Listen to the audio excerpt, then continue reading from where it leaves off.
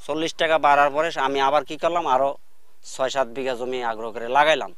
লাগানোর পরে আবার শুনতেছি যে আরো 40 টাকা বাড়ায় দিছে।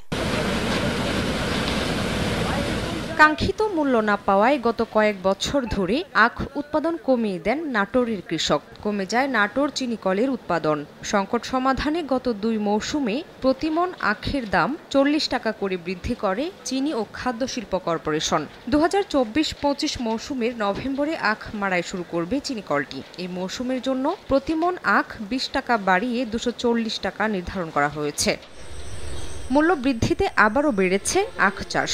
শুধু নাটোর চিনিকল জোনেই গত মাড়াই মৌসুমে 4758 একর ও চলতি মৌসুমের জন্য 7752 একর জমিতে আখের আবাদ হয়েছে। এতে হাসি ফুটেছে কৃষকের মুখে। 40 টাকা বাড়ার পরে আমি আবার কি করলাম, আরো 6-7 বিঘা জমি আগ্রহ করে লাগাইলাম। লাগানোর পরে আবার শুনতেছি যে আরো 40 টাকা বাড়ায় দিছে। আগ্রহী হয় 3 বিঘা জমি, আগে 2 বিঘা ছিল, এখন 3 বিঘা জমি করছি। আমরা আশা করতেছি এবার আরো আখ সরবরাহ হবে, তাতে করে চিনিকল লাভবান হবে।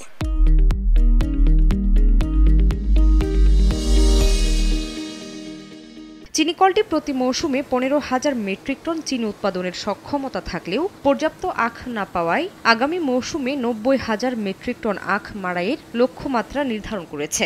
90,000 মেট্রিক টন আখ মাড়াইয়ের জন্য পাওয়া যাবে এবং আমরা আমাদের যে কাঙ্ক্ষিত লক্ষ্যমাত্রা অনুযায়ী চিনি উৎপাদন করতে সক্ষম হব। কৃষি বিভাগ বলছে নাটোর চিনিকল জোনে এবার প্রায় 1.5 লাখ মেট্রিক টন আখ উৎপাদন হবে।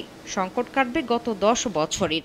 আমরা আশা করছি যে এই আখগুলো কৃষকেরা চিনিকলে সরবরাহ করে তারা অর্থনৈতিকভাবে লাভবান হবে এবং চিনিকল সমৃদ্ধ হবে।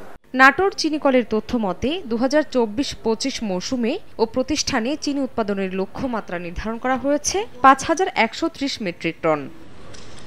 সময় সংবাদ, নাটোর।